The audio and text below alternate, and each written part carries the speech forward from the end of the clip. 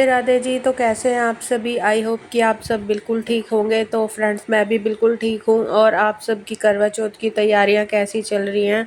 तो मैंने भी आज जो है काफ़ी कुछ तैयारियां करी हैं। और नया तो मैंने कुछ नहीं ख़रीदा है ऐसा, लेकिन जो भी अब मेरे पास रखा हुआ सामान था उसी में मैंने थोड़ा-सा देखा है कि क्या मैं पहन सकती हूँ। और बस थोड़ी बहुत जो शॉपिंग है वो मैं देखती हूँ, अगर हो पाएगी तो मैं करूँगी ज़रूर।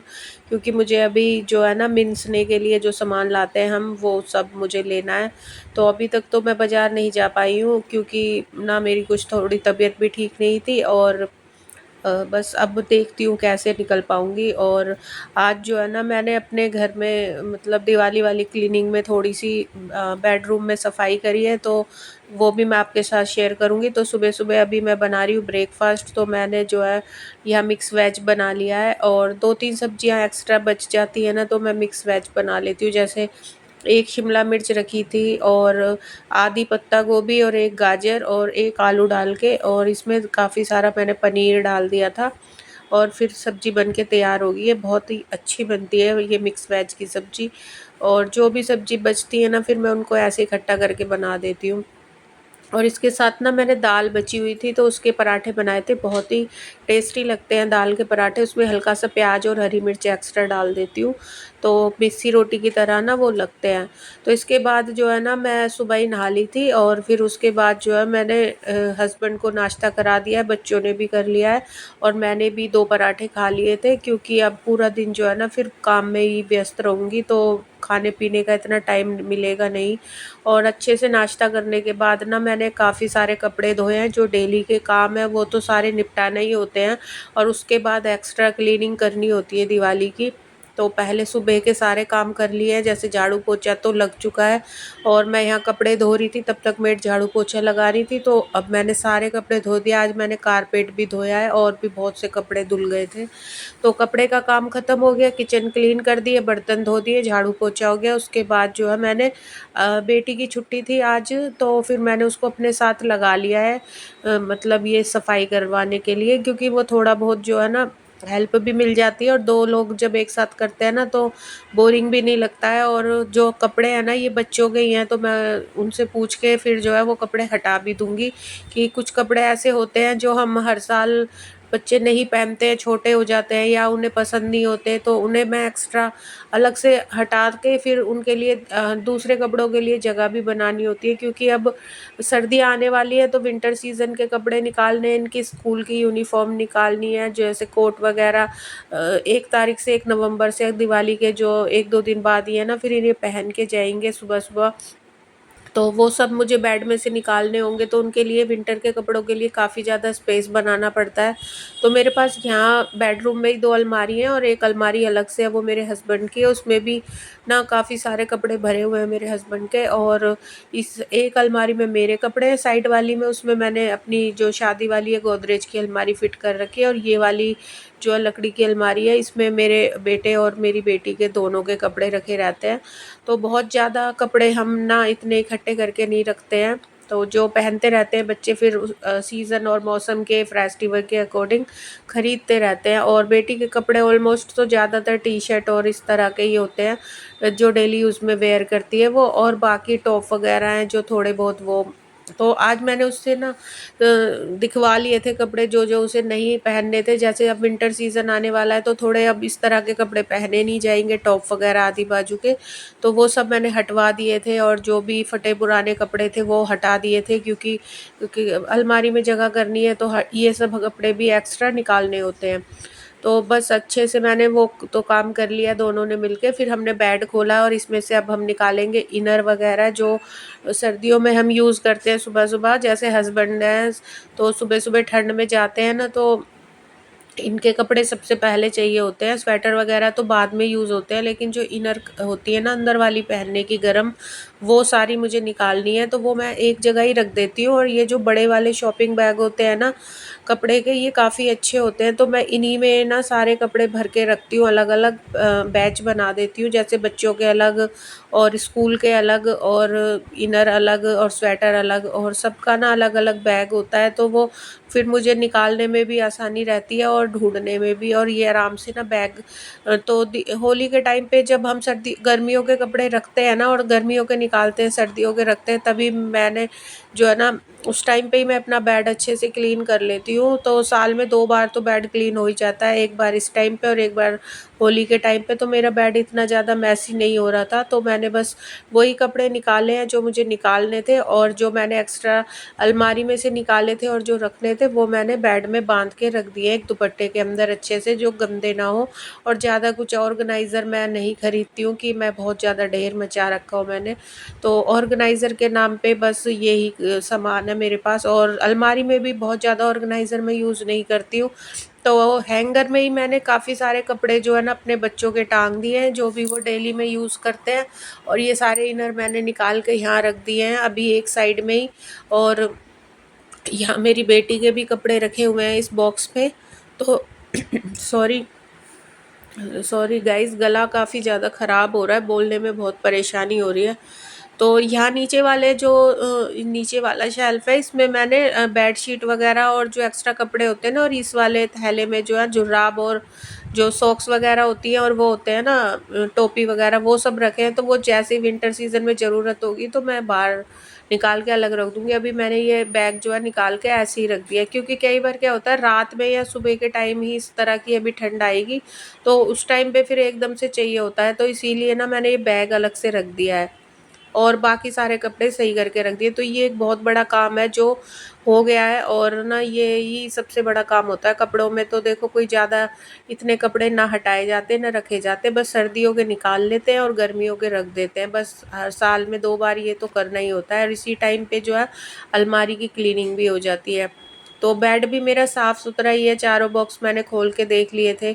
इस वाले बॉक्स में तो कुछ भी नहीं था, बस एक ना टॉप नहीं मिल रहा था मेरी बेटी का, तो वो उसको पहनने के लिए वो कह रही थी कि वो मम्मी उसको ढूँढना, तो मुझे वो उसके कपड़ों में नहीं दिखा था, तो कहीं और मैंने रख दिया होगा। तो एक बार मैंने ना चेक कर लिया बेड में नहीं है, तो मैं कहीं और देखूँगी, फिर मिल जाएगा, वो यहीं कहीं होगा। तो फिर मैं एक बार मैंने सारा बेड जो है ना चेक कर लिया है कि कहीं कुछ एक्स्ट्रा सामान हो तो मैं उसको हटा दूँ, या वैसे तो सब कुछ काम का ही रखा रहता है, फेंकने की वाली कोई इतनी एक्स्ट्रा चीज़ नहीं होती। जो बिल्कुल ही होते हैं उन्हें मैं अलग उठा के अलग ही निकाल के रख देती हूँ फिर, जिसे हम गाबा बोलते हैं। तो ये दुपट्टा जो है ना मैं सोच रही थी किसी पे बिछाने के काम आए या फिर इससे कुछ बनाने के लिए, तो अभी फ़िलहाल तो मैंने रख दिया है, क्योंकि टाइम वेस्ट करने वाली बात होगी, जब चाहिएगा तब मैं निकाल लूँगी। और ये एक ब्लैक कलर का दुपट्टा था जो मुझे चाहिए था, तो वो मैंने बाहर निकाल लिया है। और ये ना मेरे बच्चों के छोटे-छोटे कपड़े हैं, जो वो जब बच्चे छोटे होते हैं ना 1-2 महीने के, तो ये वो वाले कपड़े हैं। ये मेरी बेटी का एक स्वेटर है, तो इसे मैंने बड़े सँभाल के रखा हुआ है। ये मेरी सासू माँ ने ना उसके लिए बनाया था, तो जब वो छोटी-सी थी 6 या 8 महीने की, तो इसे मेरा किसी को देने को मन नहीं करता है, तो ये मैंने बहुत ही यादगार के रूप में रख रखे हैं।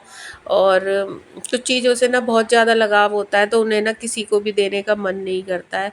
वैसे मैंने अपने बच्चों के सारे कपड़े जो है ना वो बाँट दिए थे, पहना दिए, मतलब और बच्चे पहन लें, छोटे-छोटे जो बच्चे होते हैं उनके काम आ गए हैं। लेकिन अब तो पहले मेरे पास 2-3 बैग कपड़े थे, अब तो बिल्कुल मैंने सब हटा दिए, बस 1-2 ही कपड़े रख रखे हैं जो बिल्कुल मतलब बहुत ही ज़्यादा अच्छे हैं। तो ये साड़ी जो थी ना, ये मैं खोल के देख रही थी, आजकल ये वाला कलर जो है ना बहुत चल रहा है, तो मैं सोच रही थी कि किसी ओकेज़न पे पहनने को अगर चाहिए होगी, तो देख रही थी। तो इसकी एम्ब्रॉयडरी जो है ना वो कश्मीरी एम्ब्रॉयडरी टाइप की है। एम्ब्रॉयडरी तो अच्छी है, लेकिन इसमें जो सीक्वेंस लगे हुए हैं ना उसमें धागा ही लग जाता है, और उसकी वजह से ना इसे पहनने में थोड़ी-सी मुश्किल होती है। तो वही इसी वजह से मैं इसे पहन नहीं पाती हूँ। देखती हूँ, मैं इसका ब्लाउज़ तैयार करूँगी, क्योंकि इसका ब्लाउज़ जो है ना छोटा हो गया है, मुझे वो आता नहीं है। तो यहाँ जो है फिर मैंने ना रख दिया था सारा सामान हटा के, और अब तसल्ली हो गई है कि हाँ बेड भी क्लीन हो गया, अलमारी भी क्लीन हो गई। अब इसमें ऐसा कुछ भी सामान नहीं है जो मुझे निकालना है या मतलब रखना है। तो बेड का काम ख़त्म हो गया है, फिर मैंने इसे पोंछ के अच्छे से गद्दे सेट कर दिए थे, और गद्दे भी ना मेरे गंदे नहीं हैं बिल्कुल भी। तो इसलिए मैंने धूप वगैरह में भी नहीं डाले, क्योंकि बहुत ही हैवी हैं और मेरी तो हालत है नहीं ऐसी कि मैं इन्हें उठा के छत पे लेके जाऊँ। और ना ही बच्चों के पास, बच्चों से भी हेल्प कितनी लूँगी, मतलब बेटा पढ़ाई कर रहा है, फिर लाने ले जाने में ही ना बहुत ज़्यादा कमर टूट जाती है। तो मैंने अभी फ़िलहाल तो झाड़ पोंछ के ऐसे ही बिछा दिए, अगर कभी किसी दिन लगेगा तो सर्दियों में मैं डाल दूँगी इन्हें, धूप में डलवा दूँगी हस्बैंड की हेल्प से। तो यहाँ फिर जो है ना इतना कूड़ा निकल गया था झाड़ू पोछा लगने के बाद भी, बस बेड और अलमारी की सफाई में ही। तो ये साड़ी ना मैंने निकाली है करवा चौथ पे डालने के लिए, तो मैं सोच रही हूँ किसी को पहन लूँ। ये मैंने एक ही बार पहनी है और ये ना मैंने स्पेशली करवा चौथ के लिए ही खरीदी थी कुछ टाइम पहले, मतलब काफ़ी साल हो गए, काफ़ी साल से मतलब 4 या 5 साल हो गए होंगे। तो ये 2 साल तक तो ऐसे ही रखी रही, मैंने इसे पहना ही नहीं, ना करवा चौथ पे पहना, ना किसी शादी में, एक शादी में पहना है बस मैंने इस साड़ी को, और इसके अलावा मैंने इसे अभी तक वेयर नहीं किया है। तो ये नई साड़ी है मेरी बिल्कुल, और बहुत ही सुंदर आई है, और इस टाइम ना ये कलर बहुत ज़्यादा चल रहा है। तो जब मैंने ये ली थी ना तब ये लेटेस्ट बिल्कुल एकदम, मतलब बहुत ही सुंदर साड़ी है ये। तो मैंने इसका ब्लाउज़ जो है ना बनाया था खुद ही, चेन वेन लगा के, पीछे से चेन जो है इसकी बंद होती है।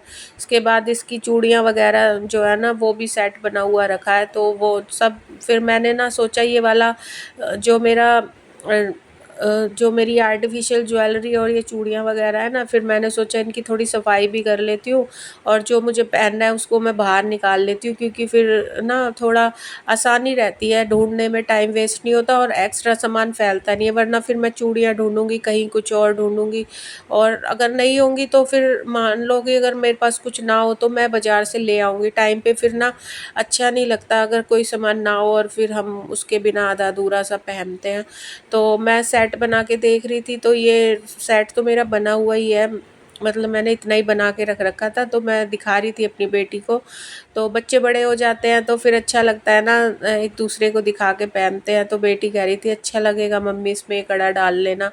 तो फिर मैं, वैसे तो मैं गोल्ड की जो ना ज्वेलरी पहनना पसंद करती हूँ किसी भी ओकेज़न पे, जैसे ये होते हैं ना तीज त्योहार, तो मुझे ना गोल्ड की चीज़ें पहननी ज़्यादा अच्छी लगती हैं। और देखो वैसे हम बाहर जाते हैं ना तो गोल्ड आजकल बिल्कुल भी नहीं पहनते हैं, क्योंकि पहले तो चलो पहनते थे, आजकल बिल्कुल मतलब टाइम बे बहुत ख़राब है तो इसलिए कोई पहनना नहीं चाहता।